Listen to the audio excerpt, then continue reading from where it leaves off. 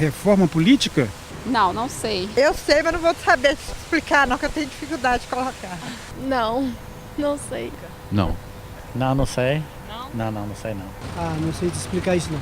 Não tenho muita certeza não. Acho que reforma é assim. Você tem uma coisa e que não tá bom, você vai ter que reformar ela. Sei não, o que é? Como podemos ver, reforma política ainda é um assunto que gera muitas dúvidas na população. Mas é fundamental que todos estejam conscientes das mudanças positivas que a reforma política pode trazer para o país. Neste programa, você vai saber como fazer para que elas aconteçam. Seja bem-vindo ao Reforma Política Todos pelo Brasil.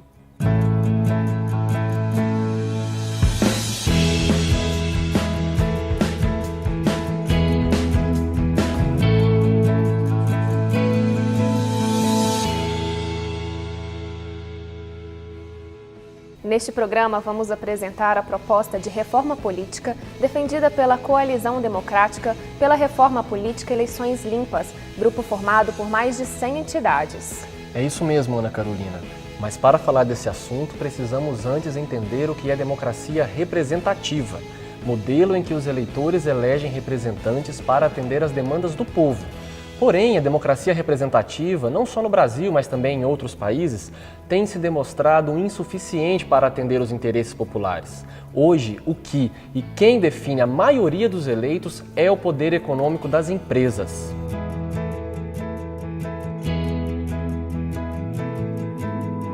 A população tem demonstrado insatisfação com o modelo atual porque não se sente representada por aqueles que foram eleitos. Pelo que a gente vê falando na televisão toda hora, a confiança acabou, né? Faz tempo. Não vamos generalizar, porque tem muitos políticos bons também no país, que tem que ser respeitado. Mas a maioria não são de confiança. Infelizmente, a gente não tem político honesto nesse país. A partir do momento que eu sou uma pessoa honesta, né, eu gostaria de ser representado por uma pessoa que fosse tão honesta quanto. A descrença, no fundo, não é propriamente com a política e nem com os políticos, porque não há democracia sem partido, sem político e sem política.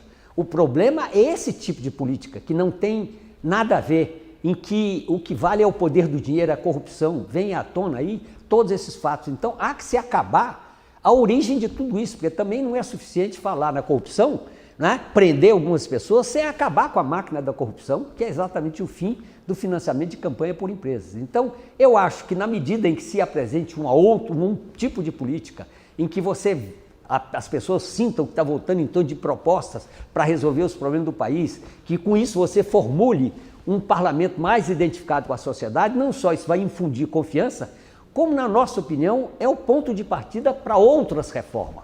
A OAB tem dito que a reforma política é a mãe das reformas. Ela abre caminho para outras reformas, porque nós sabemos que a reforma política por si só, ela não resolve todos os males, mas ela cria um parlamento mais sintonizado com a aspiração da sociedade. E com isso permitirá o quê? Aprovar a reforma tributária, a reforma da educação, a reforma da saúde, a reforma urbana, a reforma agrária, enfim, um conjunto de reformas que são decisivos para aprofundar a democracia no país. Por isso, a necessidade de reformas política e eleitoral para o fortalecimento da democracia. E para que as instituições públicas e políticas voltem a ter credibilidade e legitimidade entre os cidadãos. O Código Eleitoral Brasileiro foi elaborado no dia 15 de julho de 1965. 46 anos depois, a reforma do principal documento que rege a política brasileira virou pauta de discussão. O que não faltam são sugestões para melhorar a legislação eleitoral. Desde 1991, cerca de 280 projetos foram apresentados com o objetivo de mudar o sistema político do país. O que pretende a reforma política?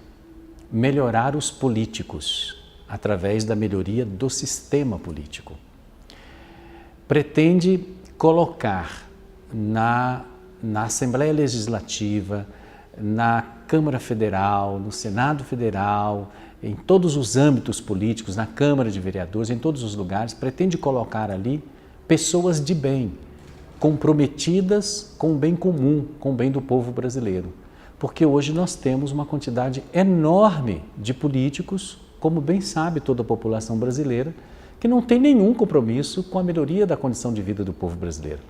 Então, ao melhorar os políticos, os políticos melhorados pelo projeto de lei de iniciativa popular, fazendo a reforma política, nós teremos, por consequência, leis mais justas, outras reformas vão acontecer, serão atendidas outras necessidades do povo brasileiro em outros campos. Quer dizer, nós não temos nada, absolutamente nada a perder. Fazer a reforma política, melhorar o sistema político, só temos a ganhar se assim conseguirmos fazer.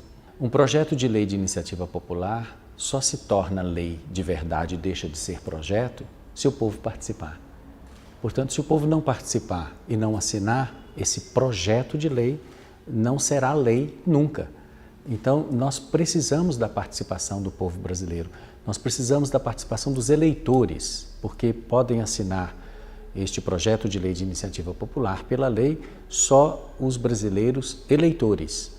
Então, eles precisam colocar o título de eleitor, o nome da mãe, a zona, a seção, etc., concordando com o projeto de lei para poder modificar o sistema político do nosso país, que é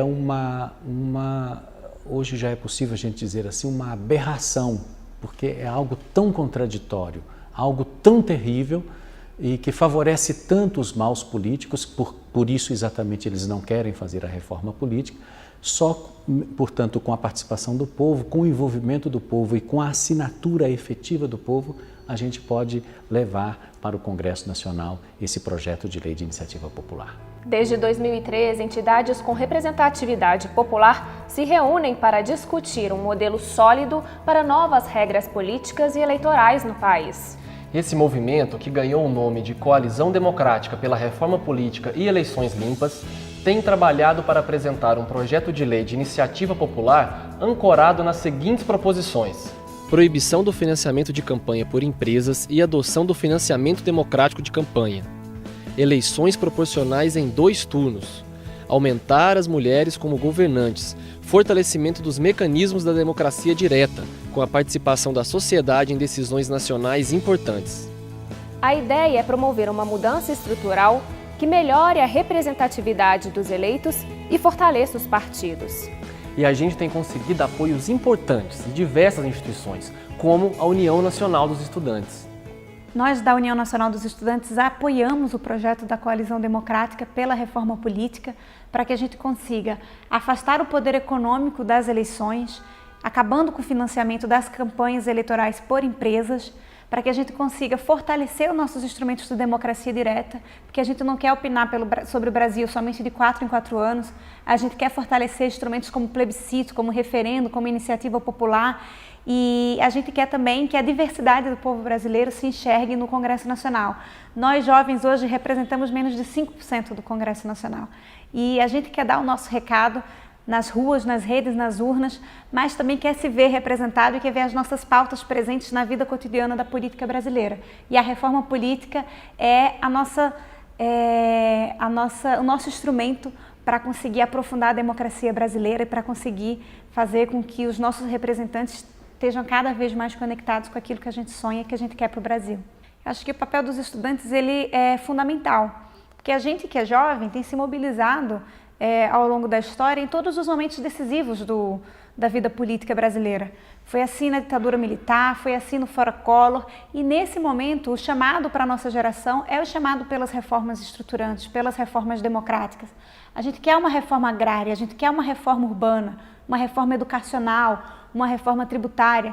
Agora, a gente acha que a reforma política é a mãe das reformas, porque é o que faz com que os políticos e os nossos representantes, de uma forma geral, possam estar mais conectados com essas demandas e com essas necessidades. O Papa Francisco também destacou a importância do engajamento social nas questões políticas. Coinvolgersi nella politica è un obbligo per un cristiano. Noi cristiani non possiamo giocare da Pilato, lavarci le mani. Non possiamo. Dobbiamo immischiarci nella politica, perché la politica è una delle forme più alte della carità, perché cerca il bene comune. E i laici cristiani devono lavorare in politica. La politica è troppo sporcata, ma io mi domando, è sporcata perché? Perché i cristiani non si sono mischiati con lo spirito evangelico? Quella è una domanda che ti lascio. È facile dire la colpa di quello, ma io cosa faccio, no?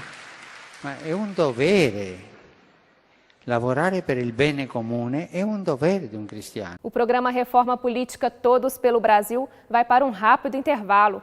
E no próximo bloco vamos detalhar os 4 principais pontos da reforma e você vai saber como fazer a sua parte. Até já!